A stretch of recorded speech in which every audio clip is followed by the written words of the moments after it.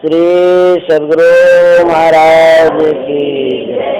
श्री सद्गुरु महाराज की जय। श्री सद्गुरु महाराज। नमामि अमित ज्ञान रूपम कृपालम अगम बोधदाता सुबुद्धि विशालम क्षमाशील अति धीर गंभीर ज्ञानम धर्म की दृढ़ धीर समधीर ध्यानम जगत त्राणकारी अघारी उदारम भगत प्राण रूपम दया गुण्य पारम नमो सदे गुरु ज्ञान दाता सुस्वामी नमामि नमामि नमामि नमः। श्री सद्गुरु महाराज की। अव्यक्त रूप में परमाराध्य सद्गुरु महाराज, उपस्थित सत्संग प्रेमी महान भाव माता एवं बहनों, हमारे गुरुदेव जब शरीर छोड़े थे उसके एक दिन पहले रविवार था, साप्ताहिक सत्संग हुआ था, उनका प्रवचन भी हुआ था, बहुत देर तक प्रवचन किए थे। उन प्रवचनों में एक वाक्य उन्होंने कहा था, धीरज धरे तो कारज करे। जो धीरज रखते हैं अर्थात हड़बड़ नहीं करते हैं, स्थिरता जिनमें है, कहते हैं उनका कार्य होता है। और जिनमें हड़बड़ाहट होती है अर्थात किसी भी परिस्थिति में घबरा जाते हैं, कहते हैं कि उनके कार्य की संपन्नता में संशय रहता है, अर्थात उनका कार्य होगा कि नहीं होगा, मन में यह भ्रम घुसा रहता है। किसी भी परिस्थिति में कभी भी कहीं भी आप रहिए, कहते हैं धीरज धर करके रहिए। रामकृष्ण परमहंस ने कहा है, जो सहता है उनकी बनती है, जो सहना नहीं जानता उसका सब कुछ बिगड़ जाता है। इसलिए सहना चाहिए। सहने का मतलब ये है कि हमको किसी तरह का अभाव हो गया, खाने का, पीने का, पहनने का, रहने का, यह सब सहने का है। यदि हमारे इज्जत पर आंच आवे तो नहीं सहना चाहिए, हमारे देश पर कोई चढ़ाई करे तो नहीं सहना चाहिए, हमारी प्रतिष्ठा चली जाए तो उसमें नहीं सहना चाहिए। सहने का मतलब ये है कि प्राकृतिक आपदा है, आर्थिक अभाव है, तो कोई बात नहीं है, सहना चाहिए, धीरज से रहना चाहिए। तो धैर्य धारण करने से कार्य संपन्न होता है, बनता है। लेकिन धैर्य की भी सीमा मतलब कितनी लंबी है यह कभी कभी पता नहीं चलता। लोगों को लगता है पता नहीं कि कितना धैर्य धरेंगे, सहते सहते तो बहुत हो गया, अब होगा कि नहीं होगा, घबरा जाता आदमी। कहता है कि धैर्य नाम की कोई चीज नहीं है, ऐसे लोग कहता है। धैर्य धरने की भी तो सीमा होती है। धरते धरते तो हम लोग अधीर हो गए, न भगवान सुनते हैं, न कोई भक्ति से कुछ होता है। बहुत आदमी तो इसके पर दोषारोपण भी करते हैं, कह रहे क्या कहेंगे, इतना हम लोग करते रहते हैं फिर भी मतलब हमारा बनता नहीं है, अर्थात कार्य सिद्धि नहीं मिलती है। लेकिन संत महात्मा और शास्त्र कहता है वेट तो करिए, थोड़ा थोड़ा सहिए, आखिर करिएगा क्या, नहीं सहिएगा तो अधीर होकर के कहाँ जाइएगा। कहते हैं धैर्य धारण करने से जरूर सफलता मिलती है, ऐसा इतिहास बताता है। हम लोग रामायण की कहानी सुने होंगे, जब माता सीता का हरण हो चुका था, रावण हरण करके ले गया लंका। लंका में अशोक वाटिका के नीचे उसको रखा गया। कहेंगे कि सीता को अशोक वाटिका में क्यों रखा, अपने घर में क्यों नहीं ले गया? इसलिए सीता को नहीं ले गया कि रावण में वैसी क्षमता नहीं थी कि सीता का स्पर्श भी कर सके। रावण में उतनी शक्ति नहीं थी। रावण को श्राप था कि यदि किसी भी स्त्री के मन के प्रतिकूल तुम कुछ करोगे तो भस्म हो जाओगे। ये श्राप था, इसीलिए डर के मारे वो कुछ करता नहीं था, नहीं तो सीता को लेके चला जाता अंतःपुर में। सीता को अशोक वाटिका में छोड़ दिया। डराता जरूर था, धमकाता जरूर था, मनाता था, लेकिन सीता माता तो कभी नहीं मानी। हुआ क्या, जब उसको डराने लगा, धमकाने लगा, तो माँ सीता अधीर हो गई, घबरा गई, सोचने लगी कि कहीं हम इस रावण के चंगुल से छूट सकते हैं। कैसे छूटेंगे? हमको हरण करके लाया, किसी ने तो देखा नहीं, जो कि भगवान को कोई बता दे। कोई देखेगा तब तो बताएगा। जिस समय अपहरण कर रहा था उस समय तो कोई नहीं था वहां पर, हम तो अकेले थे, रावण चुपचाप लेकर के आया, भगवान को पता भी नहीं चलेगा तो हमको कैसे छुड़ाने के लिए आएगा। मान लिया जाए भगवान श्री राम को किसी तरह पता भी चल जाए तो राक्षस रावण इतना दुर्दांत है कि आदमी को ही खाता है। मान लो यहाँ आ भी जाएगा तो उसको तो खा ही जाएगा, आहार बना लेगा। इससे भी हम नहीं छूट सकते हैं। और सोचती थी कि मान लिया जाए आदमी आ भी जाए तो आगे कैसे 400 योजन समुद्र लांघना है, कोई खेल है? 100 योजन नहीं है, 400 योजन लंबा है, न था है न पता है कहाँ है, कितना दूर है पता नहीं है। इतना तो आदमी लांघ ही नहीं सकता है। उसके बाद सीता के मन में हुआ कि यदि भगवान राम खोजते भी तो अभी तक तो खोज लिए रहते, कितना दिन तो हो गया। अंततः सीता घबरा गई। वहां पर एक त्रिजटा नाम की राक्षसनी थी। देखिए कितना बड़ा राक्षस हो, कितना बड़ा अत्याचारी क्यों न हो, सबके अंदर में 3 गुण रहता है, रजोगुण रहता है, सत्वगुण रहता है, तमोगुण रहता है। चाहे कितना भी अत्याचारी हो, डकैत हो, महाडकैत हो, उनके अंदर में भी सात्विकता है।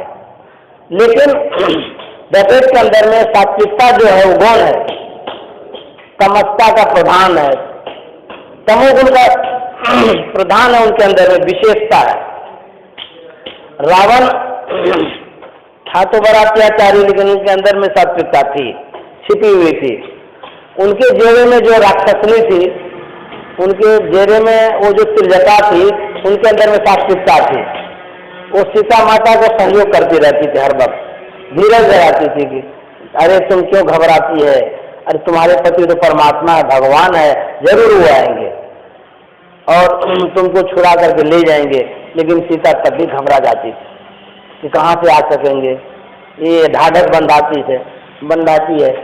अंततः हुआ क्या, बहुत अधीर हो गई तो वो कहती है कि आग ला दीजिए, हम भस्म हो जाएंगे जल करके। लेकिन फिर भी उसको त्रिजटा कहती कि नहीं तुम इस तरह से मत करो, जरूर वो राम आएंगे, हमको विश्वास है, तुम क्यों घबराती हो। राम से कहीं कोई चीज छिपा है, सब जानते हैं, उनकी लीला है, वो कह रहे थे। घबरा रही थी सीता। देखिए जो धीरज से रहता है, कहते भगवान उनको जरूर सहयोग करते हैं, परीक्षा तो जरूर लेते हैं। और परीक्षा जानते किसका नाम है? परीक्षा का नाम है, कठिनाई को ही परीक्षा कहते हैं।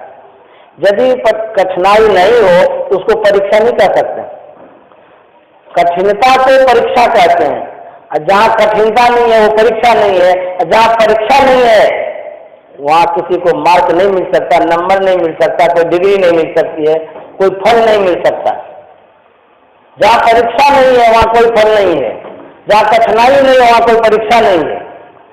तो जहाँ कठिनाई है वही परीक्षा है, जहाँ परीक्षा है वही फल है, और वही फल तो सब कोई चाहते हैं। तो कठिनाई को जो झेलता है, परिस्थिति से जो जूझता है, एक न एक दिन उसको सफलता मिलती है, तो मीठा फल खाने को मिलता है, बहुत अच्छा लगता है। इसीलिए कहते हैं धीरज धर के रहना चाहिए। सीता धीरज धर के रही, रह तो रही थी, घबरा भी जाती थी। इंसान है, घबरा भी जाएगा। बहुत आदमी के पास परिस्थितियां जब आती है तो घबरा जाता है, अब क्या होगा, कैसे होगा। हनुमान जी आते हैं और हनुमान जी सामने में प्रत्यक्ष हो जाते हैं। हनुमान जी सब संवाद सुनाते हैं कि ऐसे भगवान श्री राम आएंगे, आपको लेकर के जाएंगे, बहुत बात बताते हैं। तो थोड़ा सा उनको जो है ना सांत्वना मिलती है, थोड़ा सा अच्छा लगता है कि नहीं कहा तो रहे हैं, ठीक है। जब हनुमान जी चले गए तब क्या हुआ, हनुमान जी चले गए, हो गई देर मतलब 1-2 दिन नहीं, कई 1 दिन। अरे आएंगे कैसे जल्दी, समुद्र लांघना है, उसकी योजना बनेगी, व्यवस्था होगा तब तो आएंगे। तो लंबे समय में चले गए। सीता फिर घबरा गई, फिर सोचने लगी कि ऐसे ही आए थे, ढाढ़स दे करके गए थे, ऐसा होता है कि कोई आएंगे हमको चुराने के लिए। और जानते हैं कि बीच में रावण क्या करता है, रावण तो मायावी था ना, भगवान श्री राम का मुंडी काट करके ले आता है उनके सामने, कहता है देखो तुम्हारे पति देव है ना, इसको हम खत्म कर दिए। तब सीता को विश्वास हो गया, अब तो चले गए, खत्म हो गए। लेकिन फिर भी ढाढ़स बंधाया जा रहा है उनको। त्रिजटा बोलती है तुम घबराओ नहीं, ये मायावी है, ऐसे ही छल प्रपंच कर रहा है। जब हम लोग घबरा जाते हैं तो संत महात्मा आते हैं हम लोगों को समझाने के लिए। जब संत महात्मा समझाते हैं तो थोड़ा सा धीरज तो आता है, और जब वो चले जाते हैं तो फिर घबरा जाते हैं। तो कहते हैं ये परिस्थिति सबके साथ आती है। तो बीच बीच में जब सत्संग करते रहते हैं तो मन को एक सांत्वना मिलती है, संतोष होता है, घबराहट कम होती है। कहते हैं उसी तरह से बीच बीच में सत्संग करते रहिए, और ऐसे करते रहिएगा कि एक दिन क्या होगा, भवसागर से पार हो जाएंगे। जैसे सीता को छुड़ा करके भगवान श्री राम ले गए ना, कहते हैं उसी तरह से हम लोगों को गुरु महाराज शांति के शहर में ले जाएंगे। इसीलिए धीरज से रहिए, घबराइए नहीं। परिस्थितियां ऐसे ही आती रहती है, समय परिवर्तनशील है, शरीर और समय बदलते रहता है। व्यक्ति सोच नहीं पाता है इस जीवन में कैसा क्या होगा, कोई भी नहीं सोच सकता है, क्योंकि वो जानता ही नहीं कि क्या होगा जीवन में, कल क्या होगा कोई नहीं जानता है। इस जीवन में क्या होगा कोई नहीं जानता है। आज हम जिस स्तर में हैं, कल हम किस स्तर में रहेंगे ये किसी को पता नहीं, कौन जानता है। एक साधारण परिवार का लड़का था, अब्दुल कलाम, राष्ट्रपति बन गए। बेचारा वो सोच भी नहीं सकता था कि हम राष्ट्रपति बनेंगे। परिस्थिति देखिए क्या करता है, परिवर्तन होता है, बदलाव आता है। जो गरीब है वो जरूर अमीर बनेंगे एक दिन। इतिहास में हम पढ़े थे, बीए ऑनर्स में पढ़ाया जा रहा था कि यह जो उत्थान है, जिस किसी का भी उत्थान के पीछे पतन लगा हुआ है। जो पतन है उसी के पीछे उत्थान है। उत्थान और पतन एक दूसरे के पीछे लगा रहता है। जिसका उत्थान हो रहा है उसी के साथ पतन भी मिला हुआ है, अर्थात विनाश भी उसके साथ है। जितना विकास हो रहा है विनाश भी साथ में है, एक दिन अवश्य विनाश होगा। और जिसका विनाश हो रहा है उसका एक दिन अवश्य विकास होगा। व्यक्ति गिरता है लेकिन उठता भी है, व्यक्ति को कुचला जाता है, व्यक्ति को सम्मान भी मिलता है। जितना व्यक्ति नीचे गिर जाता है, संजोग ऐसा होता है, समय ऐसा आता है, बहुत ऊंचा उठ जाता है। जिस तरह से बीज को किसान मिट्टी में मिला देता है, क्या करता है, बीज को मिट्टी कोड़ करके, खेत को कोड़ करके मिट्टी में मिला देता है। बीज सड़ता है, गलता है, पचता है। वही एक दिन बीज जब अंकुरन होता है, जब उसमें पौधा लगता है, जब उसमें फल फूल लगता है, तो देखिए बीज भी खुश होता है और जो बोने वाला वो भी खुश हो जाता है। ऐसा ही होता है, व्यक्ति का पतन होता है, उत्थान भी होता है। व्यक्ति ऊंचा भी उठता है, जो ऊंचा उठा है उठते उठते गिरता भी है। तो कहते हैं सुख और दुख आता है, सुख भी आता है, दुख भी आता है। राजा रंक हो जाता है, रंक राजा हो जाता है। कहते हैं ब्रह्मा इंद्र के समान होता है, इंद्र ब्रह्मा के समान हो जाता है। ये परिवर्तन होता, बदलाव आता है जीवन में। जो गरीब है वो अपने आप को गरीब नहीं समझे। गरीब कौन है जानते हैं? दुनिया में सबसे बढ़कर के यदि गरीब है तो वही गरीब है जिसके पास ज्ञान नहीं है। जिसके पास ज्ञान है वो सबसे अमीर है। धन से गरीब नहीं होता है, विचार और ज्ञान से गरीब होता है। गरीब का मतलब होता है अज्ञानता। गरीब का मतलब अर्थ की दृष्टि से हम गरीब नहीं मानते। एक सत्संगिनी थी, कुप्पा घाट में जब मैं था उस समय की बात, नारंगी 1 किलो लेकर के वो आई हमारे पास। वो हमको चढ़ाते हुए बोलती है कि बाबा हम तो गरीब आदमी हैं, हम तो कुछ नहीं ले पाए, यही ले आए हैं भेंट। तो हम बोले क्या बोले आप? बोले बाबा हम तो गरीब आदमी हैं, हम तो कुछ नहीं लाए आपके लिए, हम तो बस यही थोड़ा सा नारंगी ले आए। हम बोले कि आज जो बोले दोबारा कभी नहीं बोलिएगा कि हम गरीब आदमी हैं। आप गरीब कैसे हैं? अर्थ के दृष्टि से आप अपने को देखते हैं, आप तो अमीर है। रे सत्संगी जो होता है वो अमीर होता है, क्योंकि सत्संगी के पास गुरु महाराज का ज्ञान है। मानिए कोई पिए है और उसका जो पुत्र होगा वो गरीब होगा? हमारे गुरु महाराज धनवान है, ज्ञान के धनी है। ज्ञान सबसे श्रेष्ठ होता है, ज्ञान से बढ़कर के और कुछ नहीं होता है। तो वैसे कि हम लोग पुत्र हैं, संतान है, और हम अपने आप को गरीब समझते हैं। गरीब तो वो है जिनके पास संत मत का ज्ञान नहीं है। गरीब तो वो है जो बिंदु नाद और ध्यान नाद नहीं जानता है। गरीब तो वो है जो सत्संग नहीं करता है। गरीब तो वो है जो धर्म की ओर नहीं बढ़ता है। हम लोग तो अमीर के बच्चे हैं, हम लोग तो अमीर हैं। हम अपने आप को गरीब नहीं समझे, हम लोग अमीर हैं। क्यों? ज्ञान हमारे पास है। जिसके पास हीरा है, जवाहर है, वो गरीब हो सकता है। हाँ, इतना फर्क जरूर होता है, जो द्रव्य आपके पास है उस द्रव्य का आप सदुपयोग नहीं कर पा रहे, उस द्रव्य को आप बढ़ा नहीं पा रहे, विकसित नहीं कर पा रहे, ये हो सकता है। मान लो आपके पास 1 करोड़ रुपया है, खाली घर में रखे हुए हैं, बढ़ नहीं रहा, इसीलिए आप अपने आप को गरीब समझ रहे हैं। गुरु महाराज ने जो ज्ञान दिया है उस ज्ञान को आप बढ़ाइए, विकसित करिए, देखिए आप में कितनी क्षमता आती है। गुरु महाराज का जो ज्ञान है उस ज्ञान से शौर्य बढ़ता है, बल बढ़ता है, प्रतिष्ठा बढ़ती है, अर्थ भी बढ़ता है। ये कैसे होता है? होता है। गुरु नानक साहब कहते हैं गुरु की मूर्ति हृदय बताए, जो इच्छे सोई फल पाई। गुरु नानक साहब कहते हैं कि गुरु की मूर्ति अर्थात जो मानस ध्यान है, जो कोई श्रद्धा और प्रेम पूर्वक करेंगे तो मन में जो इच्छाएं हैं उसकी पूर्ति होगी। मान लिया कि आपको कोई चीज का अभाव है, चाहे धन का अभाव हो, पुत्र का अभाव हो, घर का अभाव हो, कोई चीज का अभाव है, तो मन में ये इच्छा होती है ना हमको ऐसा हो जाए। तो गुरु नानक साहब कहते हैं आपके मन में जो इच्छा है उसकी पूर्ति हो जाएगी तब जब आप गुरु महाराज के रूप का ध्यान करेंगे। तो गरीब कैसे है?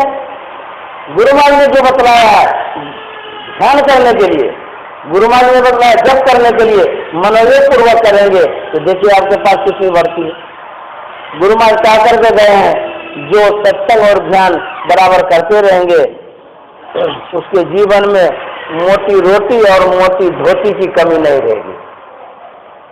खाने के लिए मिलेगा, पहनने के लिए मिलेगा, इज्जत ढकने के लिए मिलेगा, और कौन चीज की कमी रहेगी? इसीलिए कहते हैं संत मत का जो ज्ञान है वो अनमोल ज्ञान है। इस ज्ञान से बढ़कर तो और कोई ज्ञान नहीं होता है। लेकिन धीरज रखिए, धीरज रहेगा तो आप आगे बढ़ जाएंगे। बहुत आदमी क्या करता है, परिस्थिति से घबरा करके जान भी दे देता है। कहते जंजाल हो गया जीवन। उपनिषद में कहा गया है भारो विवेकन शास्त्रम भारो ज्ञानम चौराग्न भारो अशांत मनो भारो भारो नत विदेव को।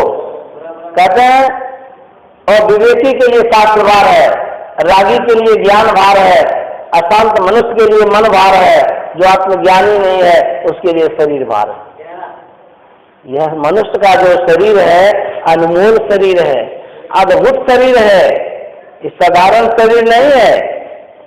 इस शरीर का जो मूल जानते हैं वो अनमोल हो जाते हैं, और जो इस शरीर का मोल नहीं जानते हैं उसका कोई मोल नहीं रहता है, बिन मोल के हो जाते हैं। इसलिए इस शरीर का मोल अर्थात कीमत समझना चाहिए, महत्व समझना चाहिए। यह शरीर क्यों मिला है, किस लिए मिला है।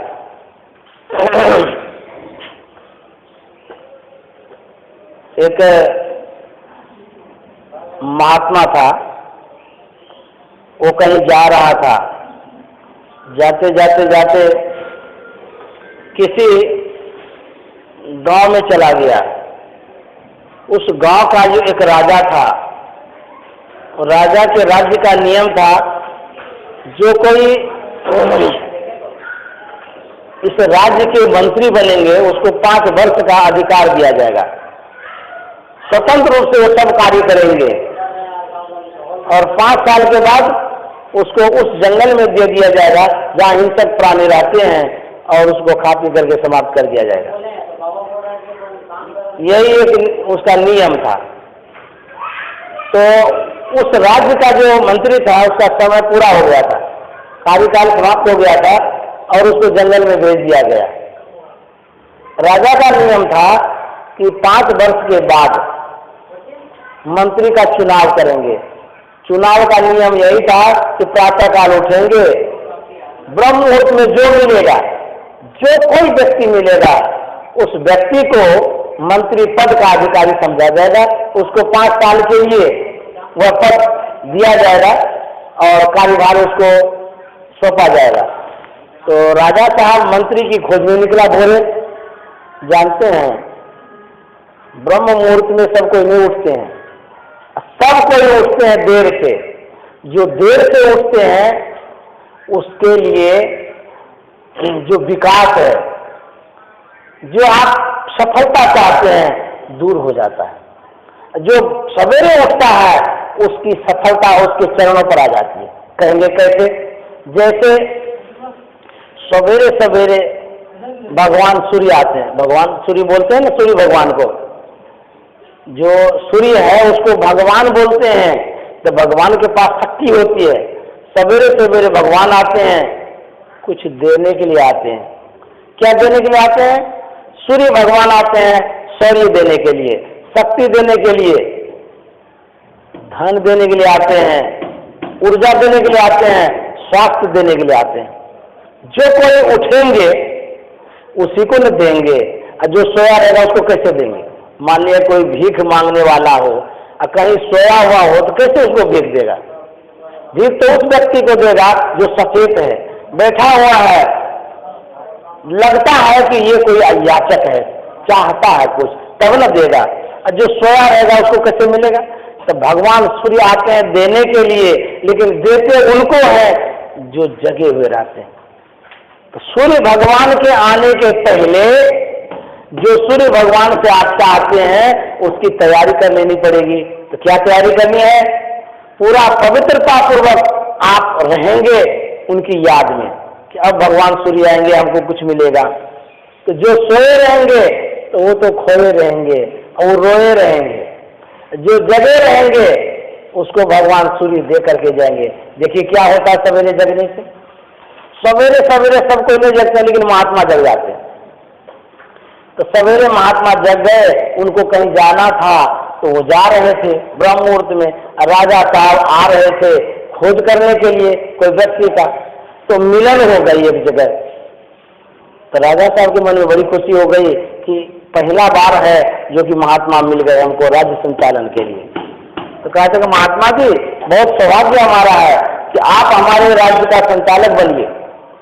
बोले अरे हम लोगों को इसकी क्या आवश्यकता, हम लोग तो महात्मा है, ध्यान भजन सत्संग करते हैं, राजकाज से हमको क्या मतलब है। बोले कि नहीं नहीं मतलब रखना पड़ेगा। बोले जबरदस्ती करेंगे? बोले कि जबरदस्ती हम नहीं करते, हमारे राज्य का नियम है, जो हमारे राज्य में सबसे पहले मिलता है उसको मंत्री बनाते हैं, क्योंकि मंत्री 5 साल के लिए रखा जाता है और वो मंत्री अभी नहीं है, इसलिए आपको मंत्री बनना पड़ेगा, 5 साल के राजकाज संभालना पड़ेगा। बोले बड़ा फेरा हो गया। बोले यदि नहीं करें ऐसा तो? बोले नहीं करिएगा तो फांसी की सजा मिलेगी। बोले राम राम, नहीं करते हैं तब भी जाते हैं, और यदि करेंगे तो बोले जब करिएगा स्वतंत्र रूप से 5 साल राजकाज संभालिएगा, उसके बाद बोले उसके बाद ही तो होता है, जंगल में भेज देंगे, उस जंगल में जिस जंगल में हिंसक प्राणी है वो आपको खा पी के समाप्त कर देगा। बोले दोनों तरफ से मरण हमारा, नहीं जाते हैं तो मार देगा, और यदि मंत्री बनते हैं तो 5 साल के लिए जीवन रहेगा, और उसके बाद तो जीवन गया ही गया। सोच समझ करके कहता है अच्छा ठीक है, चलो जब आपका नियम है नहीं जाएंगे तो मार ही दीजिएगा, कम से कम 5 साल तो जिंदा रहेंगे, कुछ चलो करते हैं ऐसा ही। तो मंत्री को ले गया, उस राज्य पर स्थापित कर दिया, उसको 5 साल के लिए उसको अधिकार दे दिया। बोले कि 5 साल में जो अधिकार आपने दिया है कुछ करेंगे, कहीं हस्तक्षेप तो नहीं करिएगा। बोले कि एकदम नहीं करेंगे, ये हमारा कानून है, नियम है, हमारा संविधान है, कहीं कुछ नहीं करेंगे। बोला अच्छा सब तो ठीक ही है। महात्मा का बुद्धि तो बड़ा तेज होता है। महात्मा जी सोचते हैं 5 साल के लिए हमको तो जंगल में देगा, तो ऐसा करते हैं जिस जंगल में हमको देगा उस जंगल में हिंसक प्राणी है तो जंगले को उजाड़ देते हैं, नहीं रहेगी बांस न बाजेगी बांसुरी। तो 5 साल के अधिकार था, तो जितने वहां के मजदूर थे उस राज्य के सब मजदूर को कहा दिया कि सब काम छोड़ करके जंगल उजाड़ने का काम करो। सबको उसी में लगा दिया, उजाड़ते उजाड़ते उजाड़ते 2-3 साल में पूरा उजाड़ करके खत्म कर दिया उस जंगल को।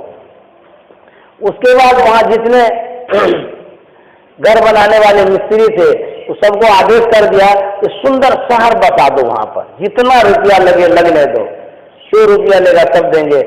2 साल में सुंदर शहर बता दिया। 5 साल होते होते राजा साहब कहता आप जाइए। बोले ठीक है हम जा रहे हैं, यहाँ भी शहर है और जहाँ हमको भेज रहे वहाँ भी हम शहर बना दिए हैं, यहाँ भी मंगल वहाँ भी मंगल, दोनों जगह मंगल ही मंगल हो गया। तो संत महात्मा कहते हैं हम लोगों का जो जीवन है बहुत कम समय के लिए जीवन है, जितने दिन का जीवन है उतने दिन के लिए इस लोक को भी बना लें और उस लोक को भी बना लें, तो यहाँ भी खुशी रहेंगे वहाँ भी खुशी रहेंगे। इसी के लिए सत्संग की आवश्यकता है। तो गुरु महाराज कहते हैं नित्य प्रति सत्संग कर ले प्यारा, तेरा कार करे सारा, कार्य कार्य का निर्णय करके घर चेतन धारा, घर चेतन धारा पिंड के पारा, 10 द्वारे का। कहता प्रत्येक दिन सत्संग कर लीजिए, अवश्य सत्संग करना चाहिए। जो सत्संग नहीं करते हैं तो जीवन में क्या जाएगा। कहता आए हैं तो जाएंगे, राजा रंग फकीर, एक सिंहासन चढ़ चले एक बंदे जा जंजीर। जाना ध्रुव निश्चित है, जानते हैं जो दूरदर्शन देखते हैं उसको तो दिखता है कि आदमी कितना मर रहा है रोज। जो अखबार पढ़ते हैं उसको पढ़ने को मिलता है कि फलाना जगह मृत्यु हो गई उसकी, फलाना जगह उसकी मृत्यु हो गई। रोज मर रहा आदमी, प्रत्येक दिन मरता है। ऐसा कोई समय नहीं जिस समय आदमी न मरता हो, चाहे वो रात हो या दिन हो। 24 घंटा में ऐसा कोई समय नहीं है जिस समय आदमी मरता नहीं हो और जिंदा नहीं होता हो। मरता भी और जन्मता भी। तो मृत्यु ध्रुव निश्चित है, एक दिन इस संसार से हम लोग चले जाएंगे। जब चले जाएंगे तब क्या होगा। कहते हैं चले जाएंगे तब क्या होगा उसको तो कोई नहीं जानता है, जितना दिन तक है उस समय को ही देख लीजिए अब क्या होगा। तो नहीं कुछ जानते हैं तो संत महात्मा से सुनिए वो क्या कहते हैं। संत कबीर साहब कहते हैं यदि कुछ नहीं जानते हैं तो कहता सुकृत कर ले, नाम सुमर ले, को जाने कल की, जगत में खबर नहीं पल की। इस जीवन का कोई ठिकाना नहीं है, सुकृत कर ले। सुकृत का मतलब शुभ कर्म कर लीजिए। सबसे बढ़कर के दुनिया में शुभ कर्म क्या है। कहते दुनिया में सबसे बढ़कर के शुभ कर्म है नाम सुमर ले। अर्थात गुरु महाराज ने जो नाम बतलाया है उस नाम का स्मरण कर लीजिए, अर्थात मानस जप, मानस ध्यान, दृष्टि योग, नादान अनुसंधान कर लीजिए। यही सबसे बढ़कर के शुभ कर्म है। को जाने कल की, जगत में खबर नहीं पल की। कल का कोई ठिकाना है, कल क्या होगा। हम आज जिस दिन को देख रहे हैं पता नहीं कि कल का दिन देखेंगे कि नहीं देखेंगे। जिस सुबह को आज हम देखे हैं, पता नहीं कल का सुबह देखेंगे कि नहीं देखेंगे। जिस सांस को हम लोग ले रहे हैं, पता नहीं है दोबारा सांस ले सकेंगे नहीं ले सकेंगे। जो कुछ हम आज कर रहे हैं, कल कर पाएंगे नहीं कर पाएंगे, संशय है। क्यों संशय? इसलिए है कि कौन जानता है कि हमारे लिए कल होगा कि नहीं होगा। कोई ठिकाना कल होगा, हमारा कल होगा या नहीं होगा कोई ठिकाना नहीं है। आज दिन भर का भी ठिकाना नहीं है, पूरा दिन आपका है कि नहीं है इसमें संशय है। मान लिया कि कोई कहीं पूरा दिन हमारा है, तो घटना जब घटती है उस समय लोग ये थोड़ा सोचता है इसी समय मरेंगे। पूरा दिन भी आपका नहीं है और पूरा घंटा भी नहीं है, हम तो इतना भी कहेंगे। किसी भी व्यक्ति के लिए एक घंटा भी नहीं है। जानते कितना है? जो सांस नाक से निकल रहा है, निकल रहा जो निकल गया उतना ही है। जो निकलने वाला बाकी है, हो सकता है सांस नहीं भी निकले। तो जिस समय सांस बंद हो जाएगी बस वो बंद हो जाएगी। कहते इस सांस भर का जीवन है ये, जितना देर सांस निकलता है बस इतने दिन का सब कुछ है आपका। कहते सांस सांस में नाम सुमर ले, अवध घट है तल की, जगत में खबर नहीं पल की। इस संसार में कोई ठिकाना नहीं है कब तक हम रहेंगे। थोड़े देर की जिंदगी में हम संसार को बनाना चाहते हैं, संसार को बढ़ाना चाहते हैं। संसार को बनाते बनाते बनाते भगवान ही बना नहीं पाए तो हम क्या बना पाएंगे। अरे यदि भगवान ही संसार को बना लेते तो पूर्ण संसार होता। परमात्मा को हम लोग पूर्ण नहीं कह सकते। पूर्ण एक परमात्मा है और उसके अलावा जितना है सब अपूर्ण है, अधूरा है। जिस परमात्मा ने संसार बनाया है उसको भी अधूरा बनाया है और हम आप पूरा करना चाहते हैं तो क्या पूरा हो सकता है? यह संसार अधूरा ही बना है और अधूरा ही रहेगा, चाहे कोई भी कितनों बना ले। विश्वकर्मा भगवान भी नहीं बना सकता। कहते हैं ना विश्वकर्मा भगवान संसार बनाते हैं, उनके पास भी ऐसी कैपेसिटी नहीं है वो संसार को पूर्ण कर सकता है। कोई नहीं कर सकता है। संसार अपूर्ण है, अधूरा है, अधूरा ही रहेगा। हम आप सोचते हैं कि आज घर बना लेंगे तो पूरा हो जाएगा काम। घर बनाने के बाद सजाने का सोचते हैं, कभी सजा लेंगे तो पूरा हो जाएगा। सजाने के बाद भी और कुछ होने लग जाता है, वो होते होते और कुछ होता है, उसके बाद जितना हो गया है उसी में टूट फूट शुरू हो जाता है। तो सजाते सजाते टूटना शुरू हो जाता है, फिर बनाना प्रारंभ हो जाता है। नए नए घर में भी ऐसा होता है। घर बनाते बनाते बनाते कहीं बेसिन टूट गया, तो कहीं किनारा टूट गया, कहीं सीढ़ी टूट गई, कहीं और कुछ टूट गया। अभी पूरा भी नहीं बना है, यहाँ जोड़ना शुरू हो गया। तो कहते संसार ही अधूरा है, पूरा कभी नहीं हो सकता। कितने बना लीजिए, संगमरमर लगा लीजिए कि सोना का माल बना लीजिए, जब तक मन में पूरा नहीं होगा तब तक पृथ्वी पर पूरा नहीं होगा। मन में जिस दिन पूरा हो जाएगा उसी दिन सब चीज पूरा हो जाएगा। इसलिए मन में बना कर रखिए, पूर्ण हो गया। संतोष रखना चाहिए। जब संतोष रखेंगे, कहते हैं संतोष परमम सुखम, संतोष सबसे सुख है। छोटी सी कुटिया है, समझ लीजिए कि वही आपके लिए राजमहल है। जिसके पास राजमहल है, संतोष नहीं है तो उनको नींद भी नहीं आती है, उसको भी कमी महसूस होती है। जितना आपके पास है बहुत है, कम नहीं है। मन में ये रखिए हमारे पास बहुत दिया है भगवान ने। एक महात्मा थे, उनके पास 2 टोकरी थी, बड़ी बड़ी टोकरी होती है ना, 2 टोकरी थी। वो महात्मा दोनों टोकरी माथा पर लेकर के चलते, जहां भी जाते थे दोनों टोकरी लेकर के चलते थे। तो जब शाम हो जाती थी तो टोकरी को रख देते थे, एक टोकरी नीचे हो गया और दूसरा टोकरी ढक लेते थे। तो उसका वही घर था, उतना ही घर था उसका, बस नीचे एक टोकरी एक टोकरी ऊपर में, उसी में अपना ध्यान करते थे। अपना खा लिए उसी में, सो लिए उसी में, रह लिए, उसके बाद टोकरी को लेके चलते थे।